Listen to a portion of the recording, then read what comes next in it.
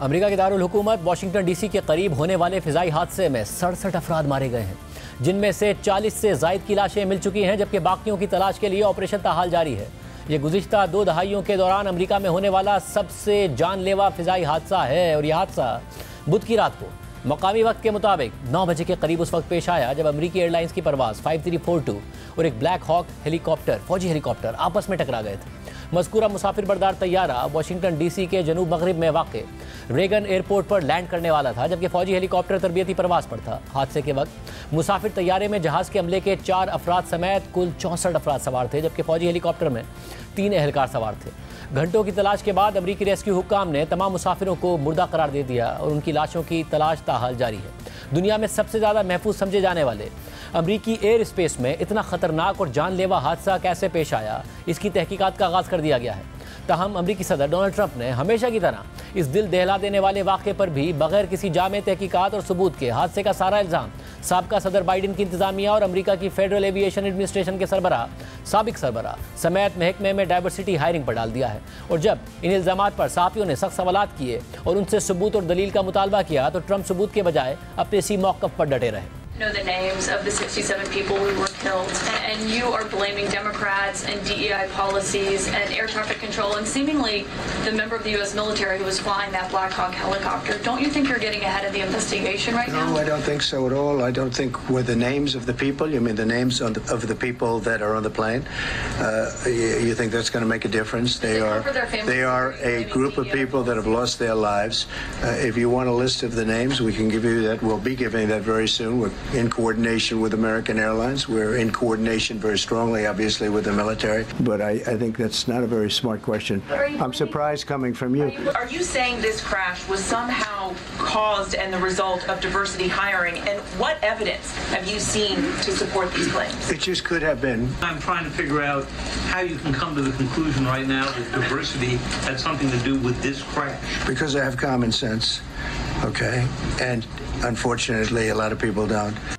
इस सारी सूरत हाल में अमरीकी हुक्काम ने इस हादसे की तहकीकात का आगाज़ कर दिया है और ताहाल हादसे की कोई हतमी वजह सामने नहीं आई है और अंदाजे के मुताबिक हादसे की इब्तिदाई तहकीकाती रिपोर्ट 1 माह तक मंजर आम पर आ सकती है। लेकिन हादसे से चंद लम्हे पहले तक आर्मी हेलीकॉप्टर और मुसाफिर तैयारे के दरमियान क्या कम्युनिकेशन हो रही थी और इस दौरान एयर ट्रैफिक कंट्रोल क्या करता रहा, इस हवाले से हैरानकुन तफसीलात सामने आई हैं। CNN के मुताबिक 29 जनवरी को शाम 6:39 पर रियासत कैंसस के शहर विचेटा से अमरीकी एयरलाइंस की परवाज़ 5342 वाशिंगटन डीसी के लिए रवाना हो जाती है। इस जहाज़ ने शेड्यूल के मुताबिक रात 9 बजे के करीब Reagan National Airport Washington DC में लैंड करना था, जबकि इसी दौरान अमरीकी फ़ौज का एक ब्लैक हॉक हेलीकॉप्टर जिसमें अमले के 3 अरकान सवार थे रेगन एयरपोर्ट के करीब पोटोमैक रिवर के साथ परवास कर रहा था। ताहम अब तक इसकी रवानगी का वक्त मालूम नहीं हो सका है। लेकिन अमरीकी वज़ीर दिफा पीट हेक्सेट के मुताबिक फौजी हेलीकॉप्टर सालाना प्रोफिशेंसी ट्रेनिंग परवास पर था। हेलीकॉप्टर के पायलट तजर्बाकार थे और वो नाइट विजन गॉगल्स पहनकर परवास कर रहे थे।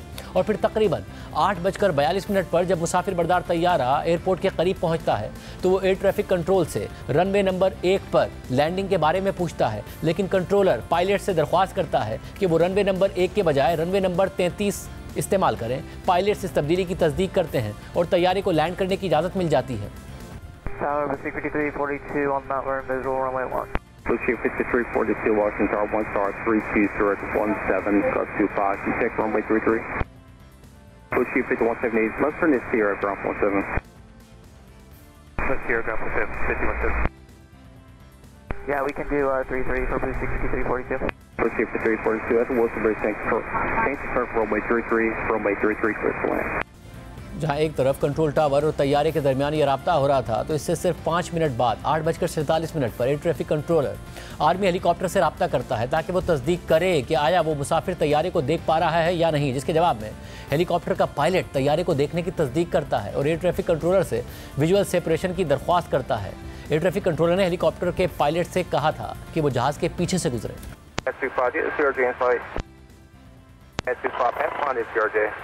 This club has a aircraft inside precedent separation.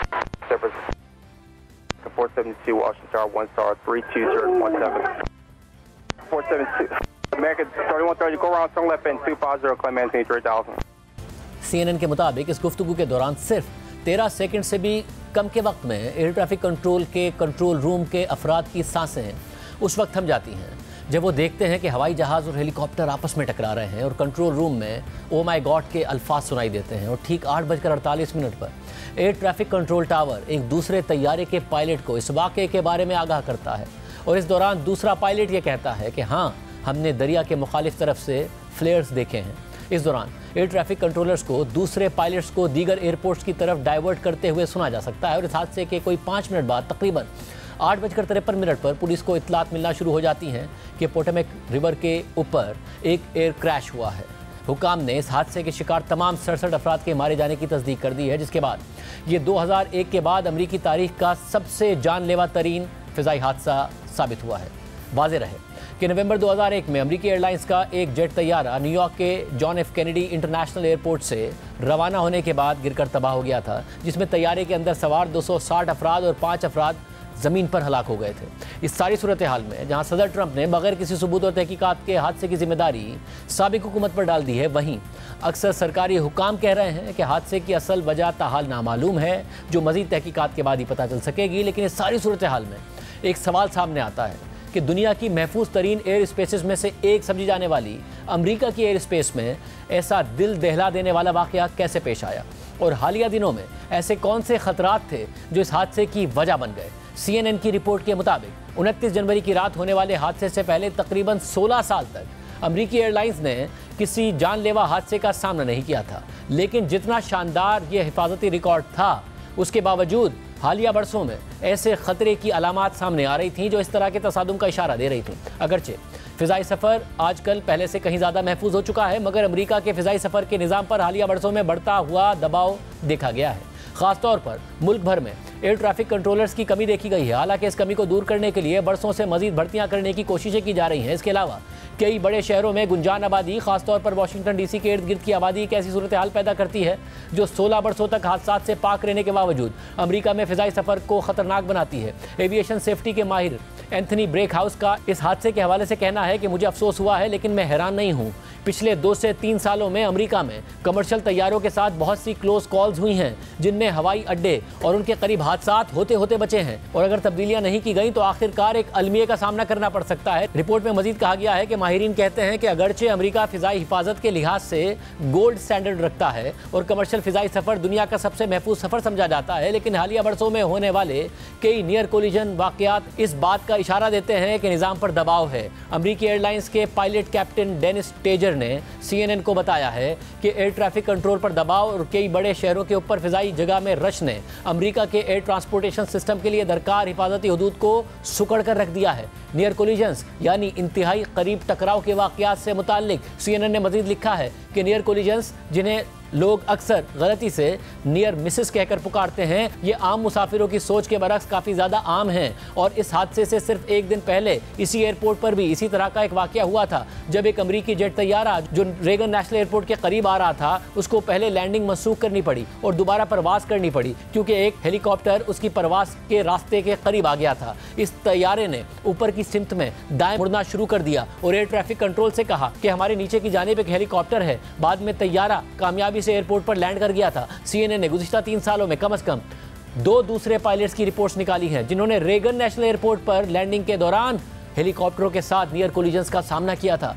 Pilots की तरफ से दर्ज कराई गई रिपोर्ट्स के मुताबिक दोनों मुसाफिर तैयारों को हवाई अड्डे पर उतरने की कोशिश करते वक्त हेलीकॉप्टर से टकराने से बचने के लिए वापस उड़ना पड़ा था, जबकि एक एयर ट्रैफिक कंट्रोलर ने रिपोर्ट किया कि एक तीसरे वाक़ये में 2 फौजी हेलीकॉप्टर्स एक दूसरे के बहुत करीब आ गए थे। इस तरह के और भी बहुत से वाक़यात हुए हैं जिन्हें फेडरल एविएशन एडमिनिस्ट्रेशन ने नियर कोलिजन्स करार दिया है। सिर्फ 3 हफ्ते पहले फीनिक्स में उस वक्त ऐसा वाक़या पेश आया जब सैन फ्रांसिस्को से आने वाली यूनाइटेड एयरलाइन की परवाज़, जिसमें 123 मुसाफिर और अमले के 6 अरकान सवार थे, और डेल्टा एयरलाइन की एक परवाज़ जिसमें 245 अफराद सवार थे, दोनों को तकरीबन एक ही वक्त में लैंड करने की क्लियरेंस मिल गई, जिसके नतीजे में दोनों तैयारे एक दूसरे के बहुत करीब पहुंच गए थे।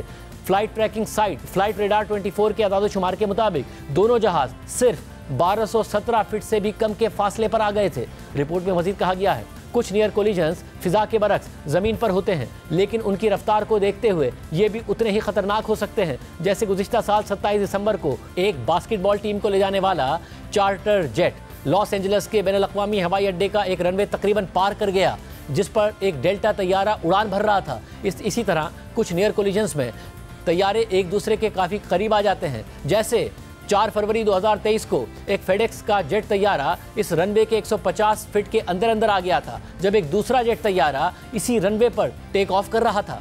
ये 2023 के आगाज़ में सिर्फ 7 हफ्तों के अरसे में होने वाले ऐसे 5 वाक़यात में से एक था, और इन सारे वाक़यात में कोई भी मुमकिन तौर पर इतना संगीन नहीं था जितना जुलाई 2017 का एक वाक़या था, जब एयर कनाडा का एक जेट तैयारा सैन फ्रांसिस्को के बैनुल-अक़वामी हवाई अड्डे के टैक्सीवे पर उस वक्त उतरा जहां 3 वाइड बॉडी जेट तैयारे टेक ऑफ करने के लिए एक साथ तैयार खड़े थे। इस तैयारे का पायलट 19 घंटे से सोए बगैर काम कर रहा था। इस हवाले से अमेरिका की एयर सेफ्टी रेगुलेटर ने कहा था कि अगर आखिरी लम्हात में हादसा न टाला जाता तो चारों तैयारों में सवार 1000 से ज़्यादा अफराद हलाक हो सकते थे। और इस तरह के नियर कोलिजन्स इस कदर आम हो गए हैं कि फेडरल एविएशन एडमिनिस्ट्रेशन ने गुज़िश्ता साल ऐसे वाक़यात के ऑडिट का ऐलान कर दिया था। इसके अलावा एक ज़रिए के मुताबिक बुध की रात तसादुम के वक्त रेगन नेशनल एयरपोर्ट पर सिर्फ एक एयर ट्रैफिक कंट्रोलर 2 मुख्तलिफ टावर पोजीशनों पर काम कर रहा था। ताहम ज़रिए का यह भी कहना था कि एक ही शख्स का तैयारे और हेलीकॉप्टर दोनों ट्रैफिक को संभालना गैर मामूली नहीं था।